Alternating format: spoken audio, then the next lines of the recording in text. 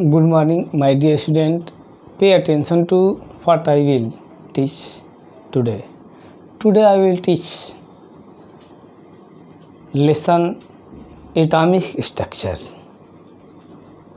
chemistry for class 11th and entrance exam of NET, IIT and AIIMS. इस entrance exam के level पर और यही class 11th ICSE board, CBSE board students, ठीक है ना। तो फर्स्ट ऑफ ऑल हम ये जानेंगे कि what is atom. Atom word first of all who used word atom first of all. Okay, तो first of all Ostwald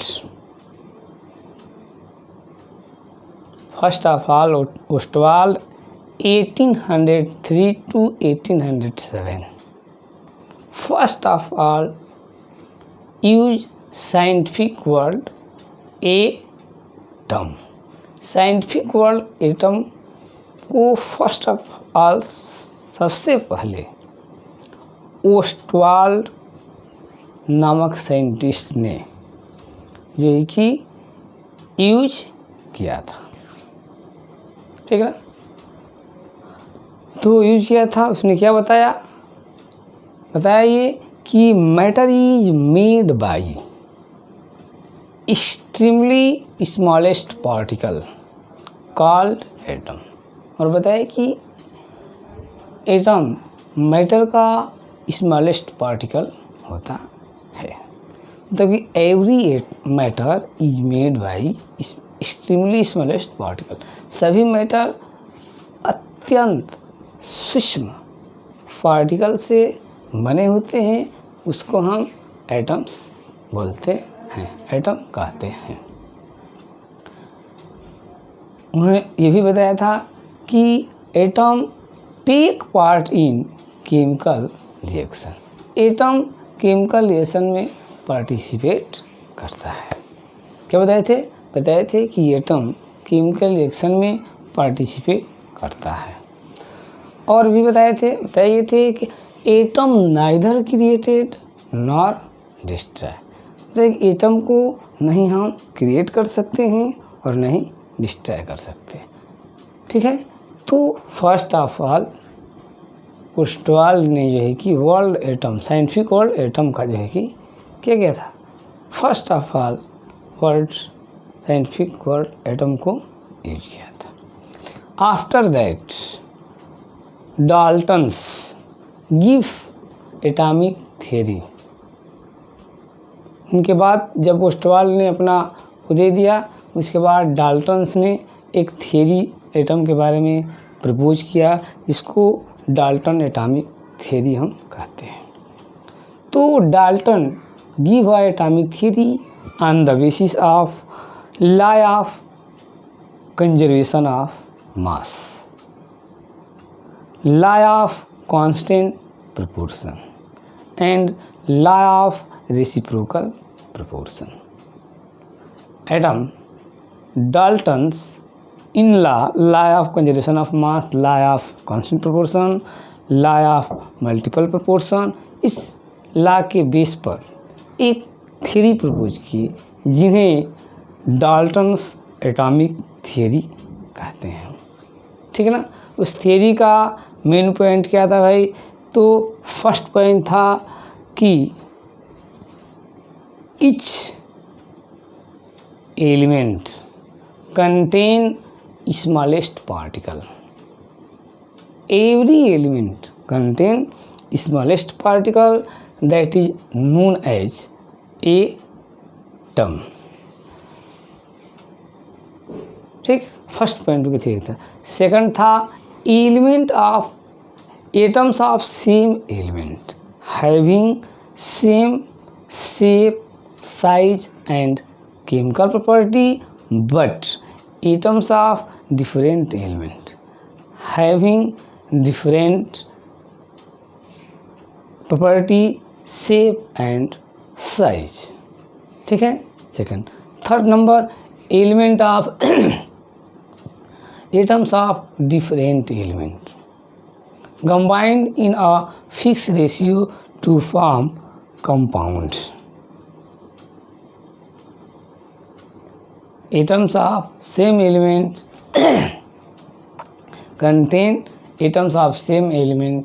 contain same property, shape and size, but some atoms of different element contain different shape and size and chemical property. Atoms of different element take part in chemical reaction. तो ये Dalton's की atomic theory थी। इससे पहले आपका Ostwald का atomic theory था। Dalton की एटॉमिक थियरी किस बेस पर थी? तो law of conservation of mass, law of constant proportion, law of reciprocal proportion, ठीक है ना। और बताए थे कि every element made by smallest particles that is known as atom, means a means not, tom means cut. प्रत्येक element smallest particles form होते हैं जिसको हम कट नहीं कर सकते, कट मीन्स डिवाइड नहीं कर सकते, ठीक है ना। इसके बाद बताए थे उनकी ये थ्योरी थी एटम। अब बताए थे कि सेम एलिमेंट के एटम साइज, शेप और प्रॉपर्टी में सेम होते हैं, बट डिफरेंट एलिमेंट के एटम शेप, साइज, प्रॉपर्टी में डिफर होते हैं। डिफरेंट एलिमेंट के एटम एक फिक्स रेशियो में कंबाइंड होकर के और कंपाउंड का फॉर्मेशन करते हैं, ठीक है। अब हम देखते हैं फंडामेंटल पार्टिकल। एटॉमिक स्ट्रक्चर में हम फंडामेंटल पार्टिकल का स्टडी करते हैं, जो कि फंडामेंटल पार्टिकल होता है आपका इलेक्ट्रॉन, प्रोटॉन एंड न्यूट्रॉन। ये 3 फंडामेंटल पार्टिकल्स है जो कि एटम के पार्ट होते हैं। कौन कौन? Electron, proton and neutron. तो फर्स्ट ऑफ ऑल हम फंडामेंटल पार्टिकल इलेक्ट्रॉन के बारे में स्टडी करेंगे। तो इसके बारे में फर्स्ट पॉइंट है ये कि J Thomson, electron was discovered by J Thomson. Electron की discovery first of all J Thomson ने किया था। Electron contain 1.6 into 10⁻⁻19 coulomb. गौर कीजिएगा, fundamental particle electron first of, तो इलेक्ट्रॉन का डिस्कवरी किसने किया था? तो electron was discovered by J Thompson.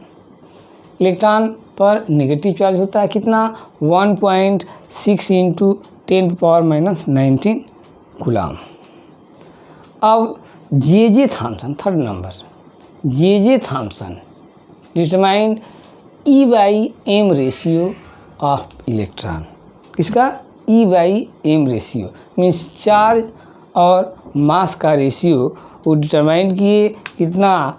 -1.758 into 10⁸ coulomb. E/m ratio. J Thomson ने इलेक्ट्रॉन का E/m ratio -1.7588 into 10⁻10⁸ coulomb determine किए। ये हो जाएगा आपका। तो फर्स्ट क्या होगा? Electron was discovered by J Thomson. Electron contain 1.6 into 10⁻19 coulomb.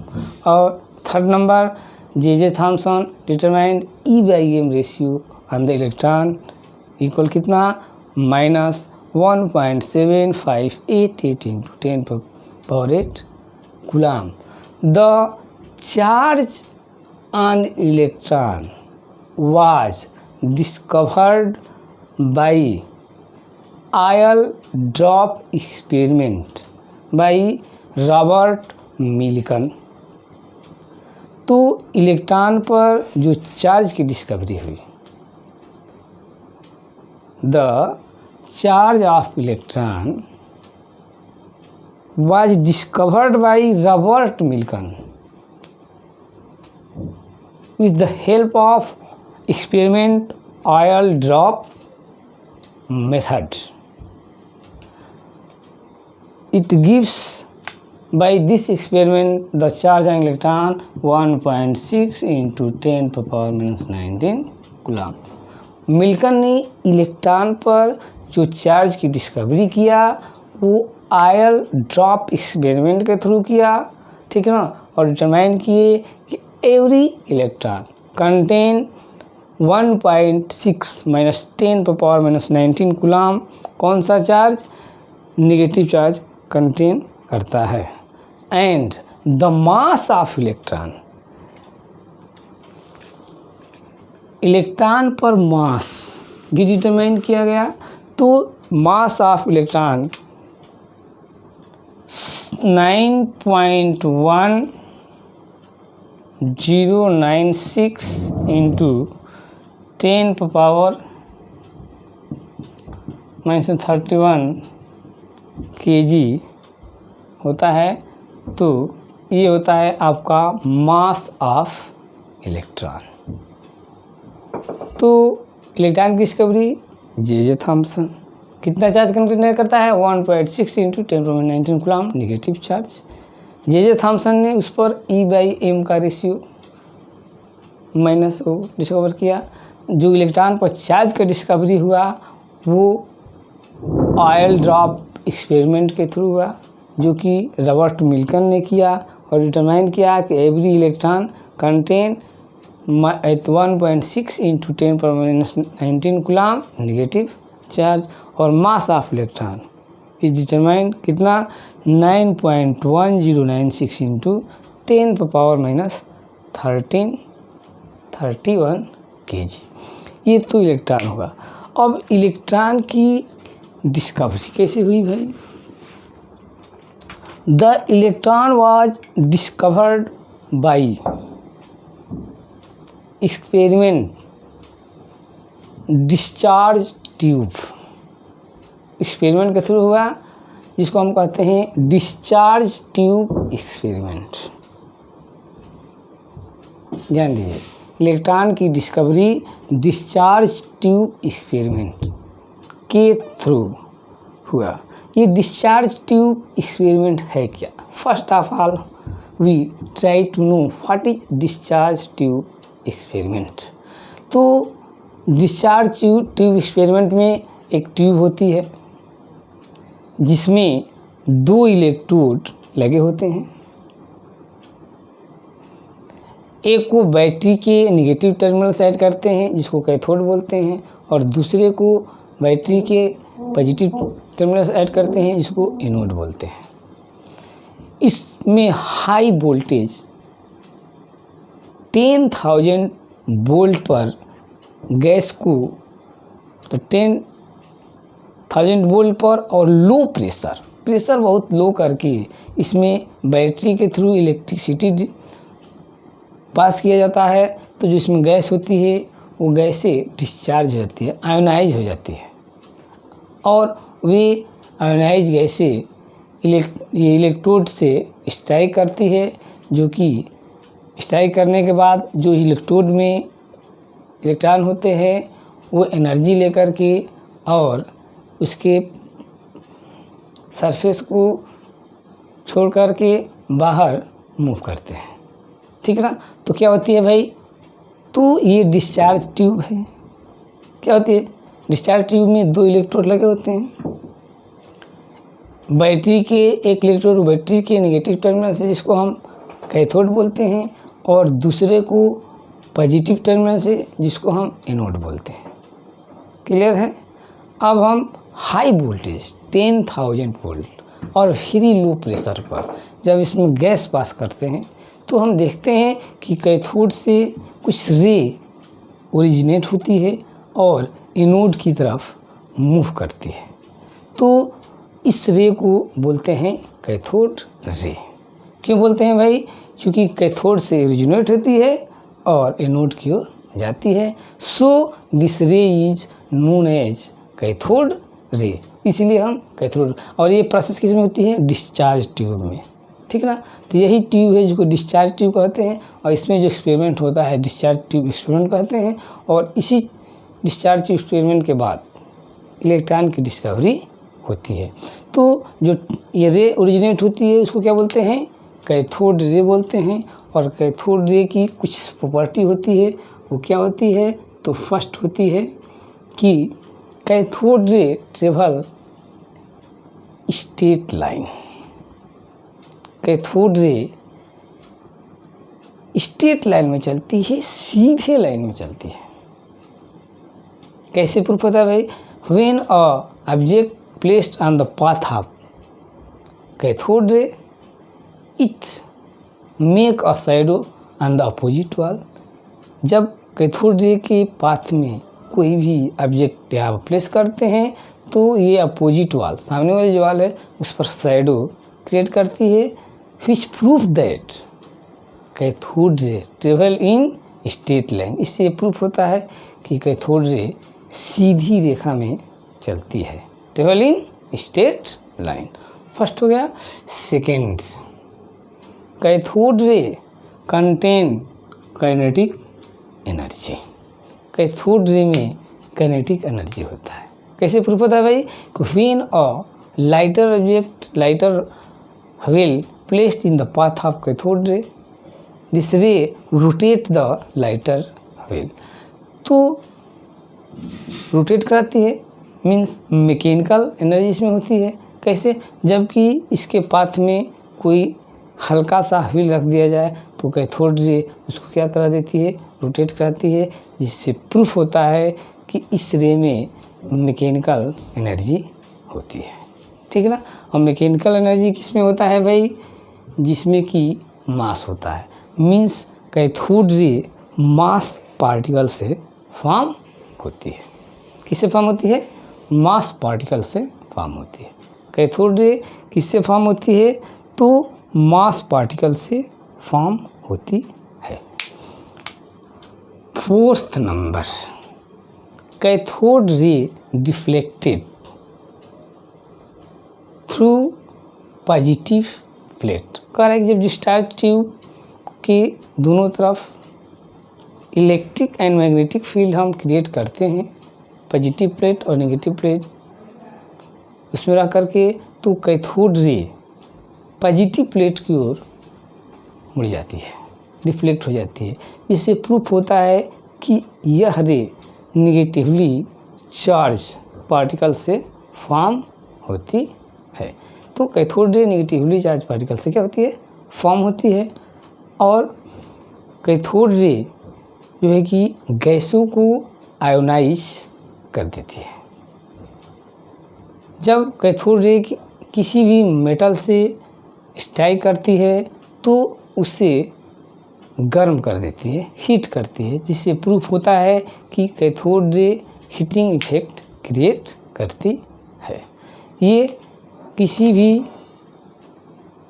Influence material से स्ट्राइक करती है तो उसमें इन्फ्लुएंस प्रॉपर्टी डेवलप करती है, मीन्स कैथोड रे में इन्फ्लुएंस प्रॉपर्टी जो है कि होती है। एट लास्ट जब यह डिस्कवरी हुआ, कैथोड रे का एनालिसिस किया गया, तो ये पाया गया कि किसी भी गैस का, कोई भी गैस इसमें लिया जाए और किसी भी मेटल का इलेक्ट्रोड बनाया जाए, उसमें E/m का रेशियो ऑलवेज कांस्टेंट होता है।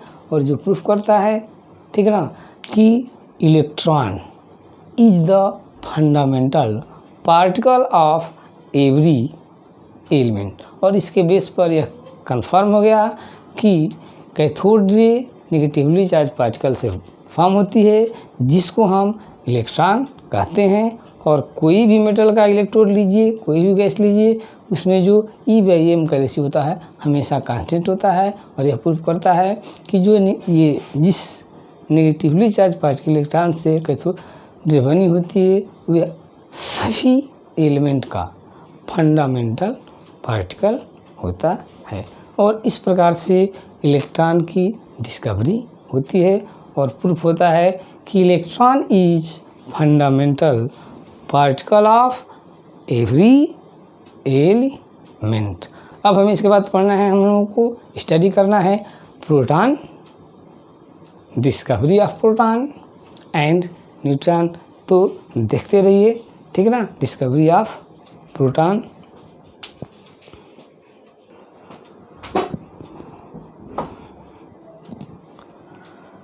तो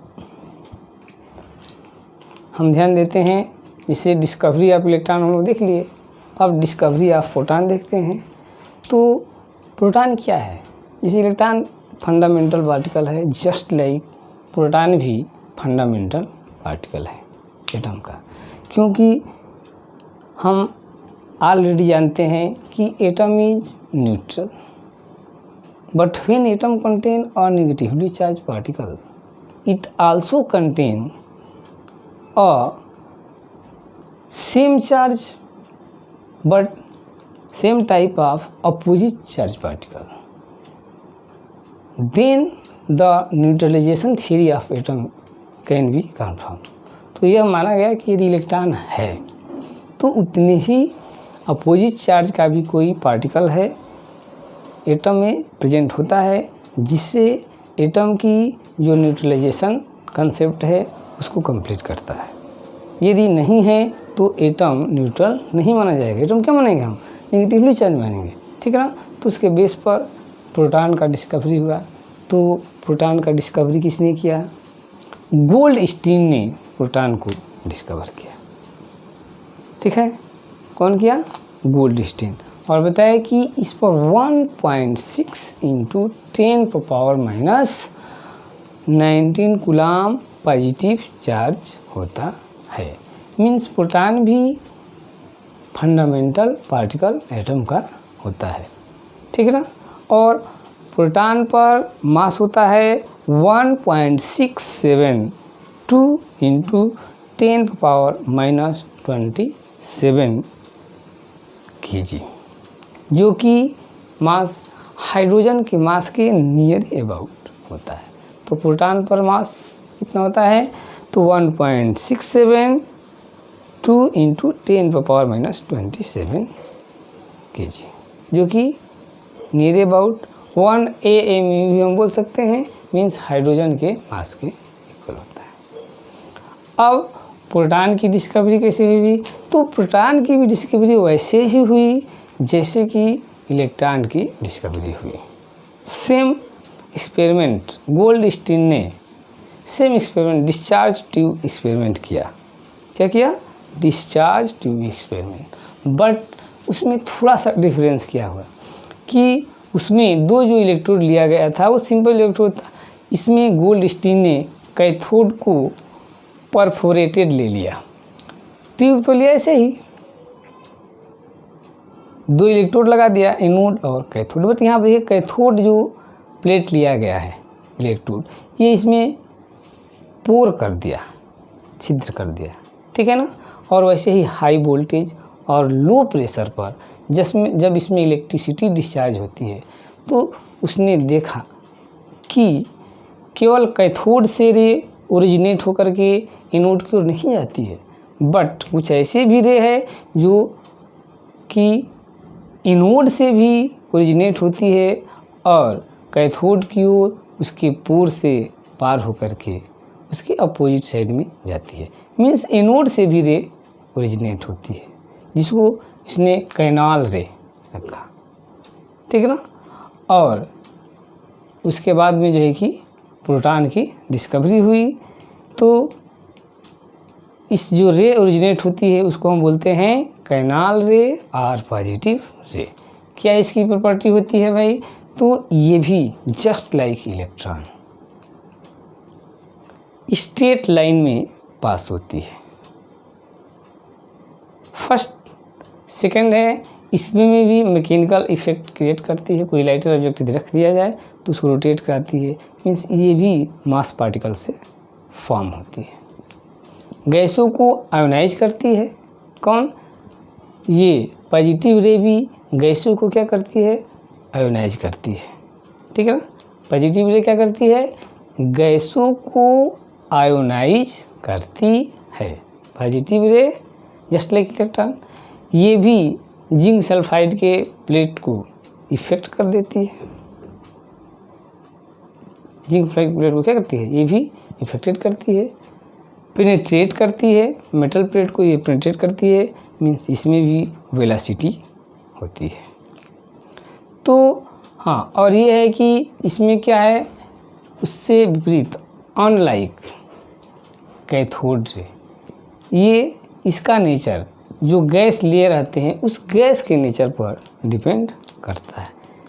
कैथोड रे का, पॉजिटिव रे का जो नेचर होता है, जो इस ट्यूब में गैस फिलअप करते हैं उसके नेचर पर डिपेंड करता है। ठीक है, तो इस प्रकार से पॉजिटिव रे इस प्रोटॉन का डिस्कवरी हुआ, गोल्डस्टीन ने किया और बताया कि इलेक्ट्रॉन की तरह ही अपोजिट पार्टिकल होता है जिसमें उतना ही सेम चार्ज होता है बट मास डिफरेंट होता है, हाइड्रोजन के मास के लगभग नियर अबाउट मीन्स 1 AMU। ठीक है, अब जब साइंटिस्टों ने इन दोनों के मास को, दोनों के चार्ज को मिला दिया तो एटम न्यूट्रल हो गया, बट ये देखा गया कि इलेक्ट्रॉन पर का मास बहुत लेस होता है। तो उसको निगलेक्ट करके अब जो एटम का टोटल जो मास होता है, उस टोटल मास, चूँकि प्रोटॉन को ही मान लिया गया कि टोटल मास प्रोटॉन कंटेन करता है, तो प्रोटॉन और इसकी एक्चुअल मास से जब मैच कराया जाता है तो इसमें डिफरेंसेस देखने को मिलता है। किसके मास में, जो एक्चुअल मास एटम का है और वो उसमें जो प्रोटॉन है उसके टोटल मास को ऐड करने पर एक्चुअल मास कुछ और था और प्रोटॉन के मास में डिफरेंस था। इलेक्ट्रॉन के मास को निगलेक्ट कर दिया गया क्योंकि 1/1838 times of the mass of hydrogen less amount था, उसको निगलेक्ट कर दिया गया। और प्रोटॉन के मास को टोटल करके एक्चुअल मास से जो है कि जब मैच कराते हैं तो देखते हैं कि डिफरेंसेज आती है। प्रोटॉन का टोटल मास एक्चुअल मास से कुछ लेस हो जाता है। तब साइंटिस्टों को ये जो है कि क्वेश्चन राइज होना कि आखिर में ये लेस मास क्यों होता है। ठीक है ना, तब जाकर के जेम्स चैडविक एक एक्सपेरिमेंट किए और उन्होंने पाया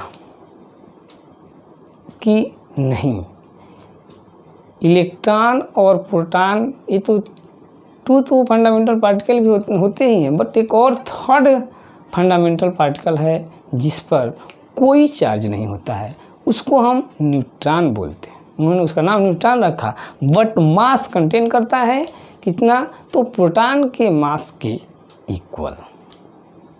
और इस प्रकार से न्यूट्रॉन की डिस्कवरी हुई और उसका डिस्कवरी किसने किया, जेम्स चैडविक ने।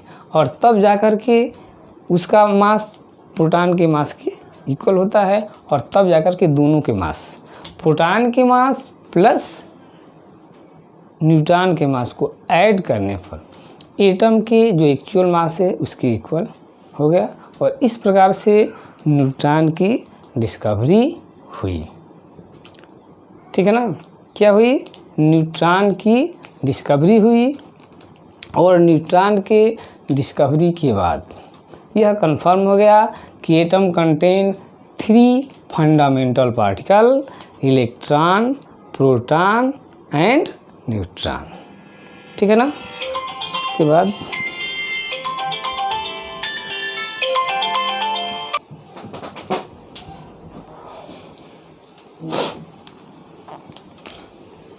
तो 3 फंडामेंटल पार्टिकल का डिस्कवरी होने के बाद इलेक्ट्रॉन, प्रोटॉन और न्यूट्रॉन के बाद इन लोगों के अरेंजमेंट के लिए first of all J Thomson ने एक सिंपलेस्ट मॉडल प्रपोज किया जिसको कहते हैं थॉमसन एटॉमिक मॉडल और वाटरमेलन मॉडल। क्या बताया इन्होंने, ये बताया कि जो एटम में पॉजिटिव चार्ज होता है वो इक्वली डिस्ट्रीब्यूटेड होता है।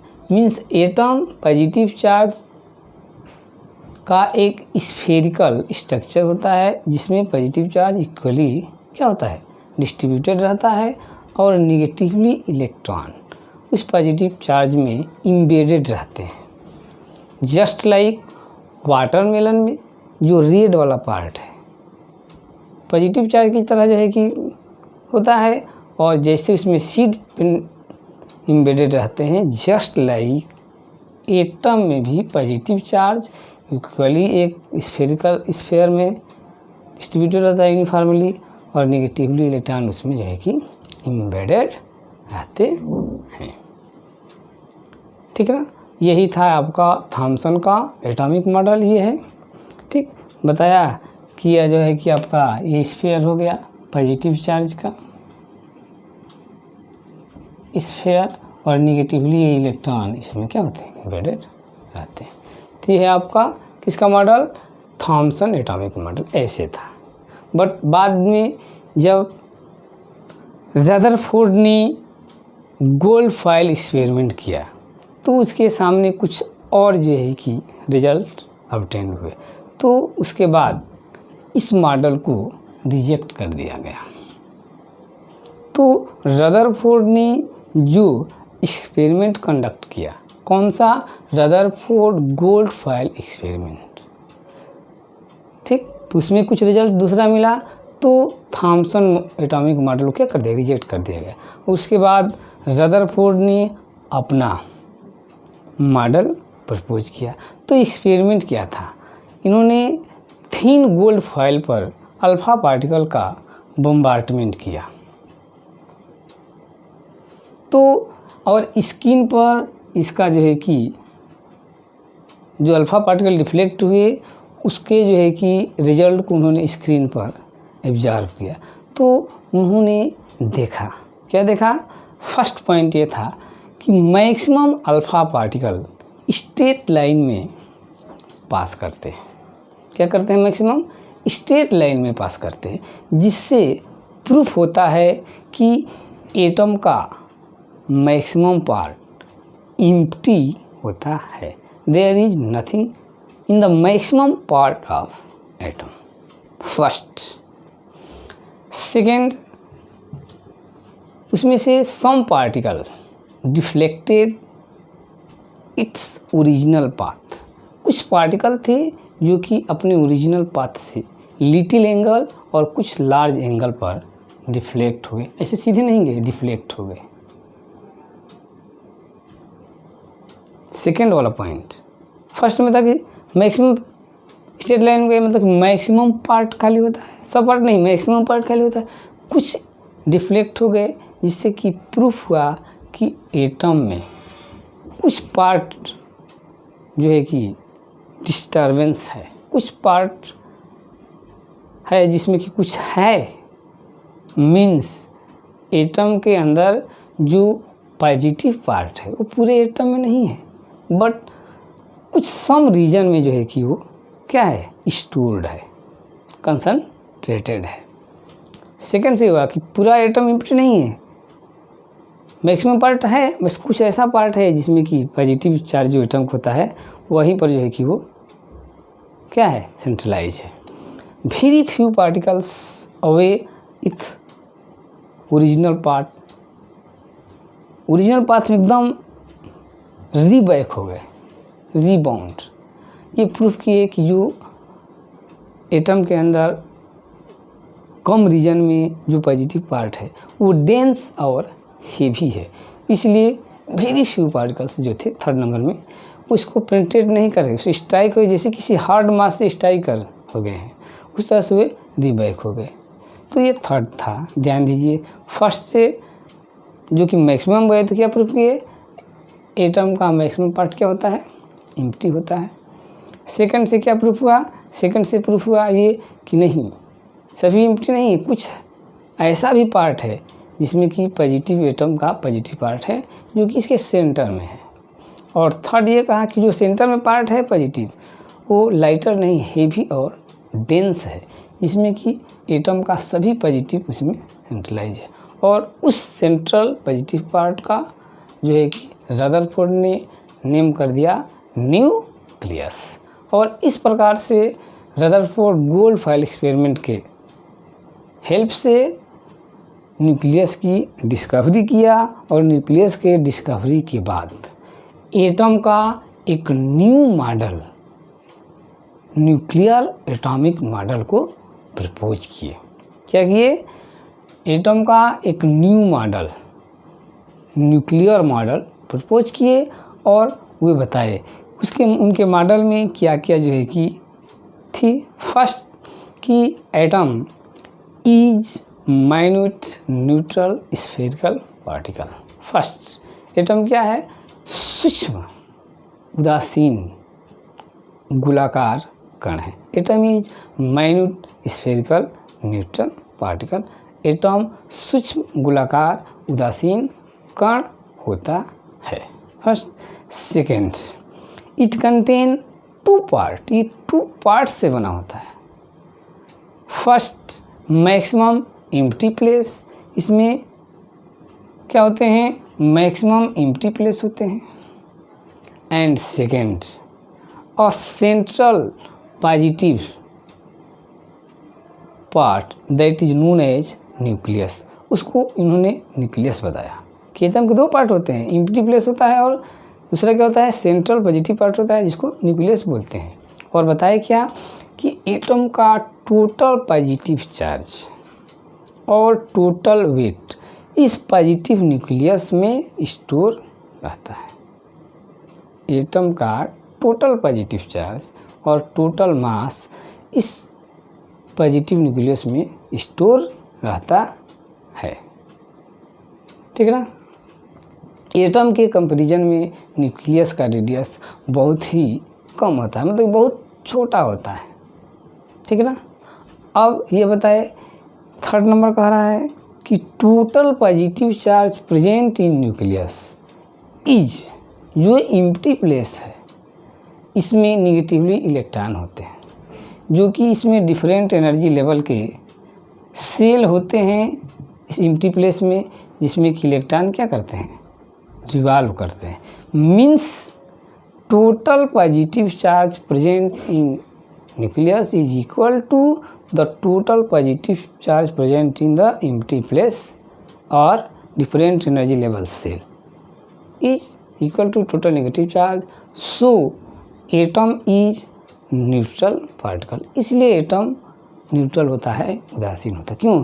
कि जितने पॉजिटिव चार्ज होते हैं न्यूक्लियस में उतने ही इसके जो एम्प्टी प्लेस है, खाली जगह है, उसमें डिफरेंट एनर्जी लेवल के सेल होते हैं जिसमें निगेटिवली चार्ज इलेक्ट्रॉन मूव करते हैं। उन इलेक्ट्रॉनों के टोटल चार्ज और प्रोटॉनों के टोटल चार्ज क्या होते हैं? इक्वल होते हैं। ठीक है ना? इसलिए एटम क्या होता है? न्यूट्रल होता है। ठीक है? तो क्या बताए कि जो एम्प्टी प्लेस है उसमें डिफरेंट एनर्जी लेवल के सेल होते हैं और उस सेलों में इलेक्ट्रॉन रिवॉल्व करते हैं न्यूक्लियस के चारों ओर, around, just like in solar system planet revolve around the sun. कैसे? जैसे कि सोलर सिस्टम में प्लेनेट सन के चारों ओर क्या करते हैं? रिवॉल्व करते हैं। So this model is also known as Rutherford, ये प्लेनेटरी मॉडल। इसलिए रदरफोर्ड के इस मॉडल को हम प्लेनेटरी मॉडल भी कहते हैं। क्यों कहते हैं भाई? क्योंकि इसमें इमेज किया गया है कि नेगेटिवली इलेक्ट्रॉन पॉजिटिवली न्यूक्लियस के अराउंड उस तरह से एक फिक्स ऑर्बिट में मूव करते हैं, जस्ट लाइक सोलर सिस्टम में प्लेनेट सन के अराउंड ये क्या करते हैं? मूव करते हैं। कंपेरिजन कर दिया गया, इसलिए इस मॉडल को प्लेनेटरी मॉडल भी हम क्या बोलते हैं या सोलर मॉडल भी बोलते हैं। इसमें एक पॉइंट और है कि जो पॉजिटिवली न्यूक्लियस है वो निगेटिवली इलेक्ट्रॉन पर फोर्स ऑफ प्रोटेक्शन लगाता है, फिर भी इलेक्ट्रॉन न्यूक्लियस में ड्रॉप नहीं होता। क्यों?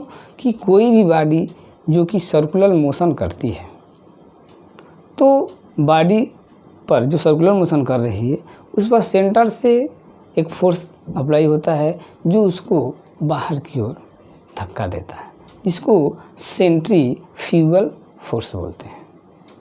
ठीक है ना?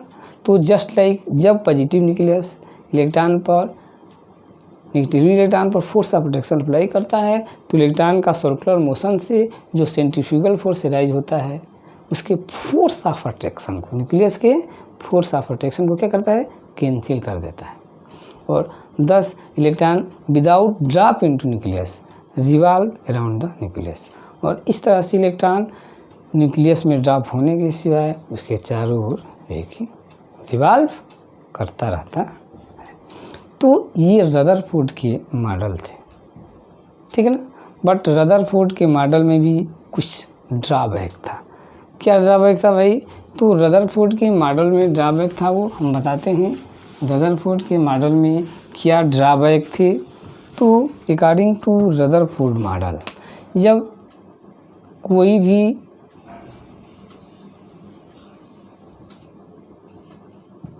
मैक्सवेल फिजिक्स के एक साइंटिस्ट थे, उन्होंने प्रूफ किया कि कोई भी चार्ज पार्टिकल यदि मोशन करता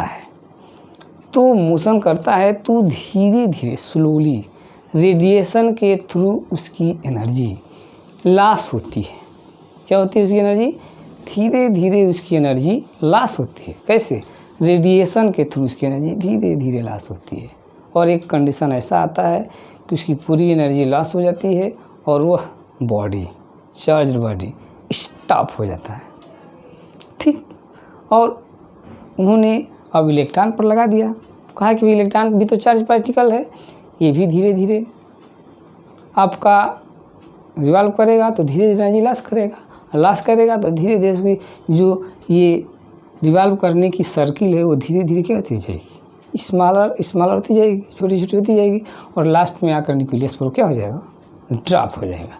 अरे घूम रहा है तो फिजिक्स के अनुसार चार्ज पार्टिकल घूमेगा तो एनर्जी को लॉस करेगा रेडिएशन के थ्रू एनर्जी नष्ट हो जाएगी, रुक जाएगा। तो इलेक्ट्रॉन भी तो घूम रहा है, रदरफोर्ड ने बताया था इलेक्ट्रॉन रिवॉल्व करता है, तो इसकी एनर्जी भी धीरे धीरे लॉस होगी और लास्ट में वो जा कर के न्यूक्लियस में ड्रॉप हो जाएगा। और न्यूक्लियस में ड्रॉप होने के मतलब एटम का डिस्ट्रॉय होना, एटम नष्ट हो जाएगा। और एटम नष्ट हो जाएगा तो इस यूनिवर्स में कोई भी चीज़ स्थिर नहीं रहेगी। बट ऐसा नहीं होता है, सब चीज़ तो स्थिर है। मीन्स रदरफोर्ड ने एटम के स्टेबिलिटी के बारे में बताने में फेल हो गया। How atom is stable system, इसका एक्सप्लेन करने में रदरफोर्ड का मॉडल फेल्योर हो गया। रदरफोर्ड का मॉडल क्या हो गया? फेल्योर हो गया कि how atom is stable system, atom कैसे स्टेबल सिस्टम है, इसको एक्सप्लेन करने में रदरफोर्ड का मॉडल क्या हो गया? फेल्योर हो गया, फर्स्ट। और सेकंड था कि जब वो एनर्जी को लॉस करेगा तो उसका स्पेक्ट्रम लिया जाएगा, तो उस स्पेक्ट्रम ऐसे कंटिन्यूअस आने चाहिए ना, धीरे धीरे एनर्जी। बट आता कैसा है? स्पेक्ट्रम आता है ऐसे, एक फ्रीक्वेंसी की लाइन अलग, फिर दूसरी फ्रीक्वेंसी की लाइन अलग, तीसरी फ्रीक्वेंसी की लाइन अलग, ऐसे अलग अलग सेपरेट फ्रीक्वेंसी की लाइनिंग ऑब्टेन होती है। ऐसा नहीं ऑब्टेन होता है। तो रदरफोर्ड ये भी नहीं बता पाए कि ऐसी लाइनिंग क्यों आती है, ऐसी लाइनिंग क्यों नहीं आती है, ये डिफरेंट फ्रीक्वेंसी की लाइनिंग क्या है। इस चीज़ को, ये स्पेक्ट्रम की जो लाइनिंग से वो डिफरेंट फ्रीक्वेंसी की क्यों है, इसका भी जो है कि एक्सप्लेनेशन करने में, बताने में रदरफोर्ड का मॉडल फेल्योर हो गया। तो दो चीज़ नहीं बता पाया, एक स्टेबिलिटी ऑफ एटम और दूसरा ये जो स्पेक्ट्रमी लाइन की जो डिफरेंट फ्रीक्वेंसी है वो क्यों होती है, ठीक है ना, इसको बताने में फेल्योर हो गए। तब जा कर के प्लैंक के क्वांटम थ्योरी के बेस पर न्यू मॉडल प्रपोज किया गया, जिसको हम नेक्स्ट वीडियो में स्टडी करेंगे। तब तक के लिए आप लोग इसको स्टडी कीजिए, ठीक है ना। मेरे चैनल को सब्सक्राइब कर लीजिए, लाइक कीजिए और शेयर कीजिए, ताकि जैसे ही नेक्स्ट टॉपिक आप लोग सामने आए चैनल पर तुरंत लोड किया जाए, तब लोग तुरंत मिल जाए, ठीक है ना। तब तक के लिए थैंक्स।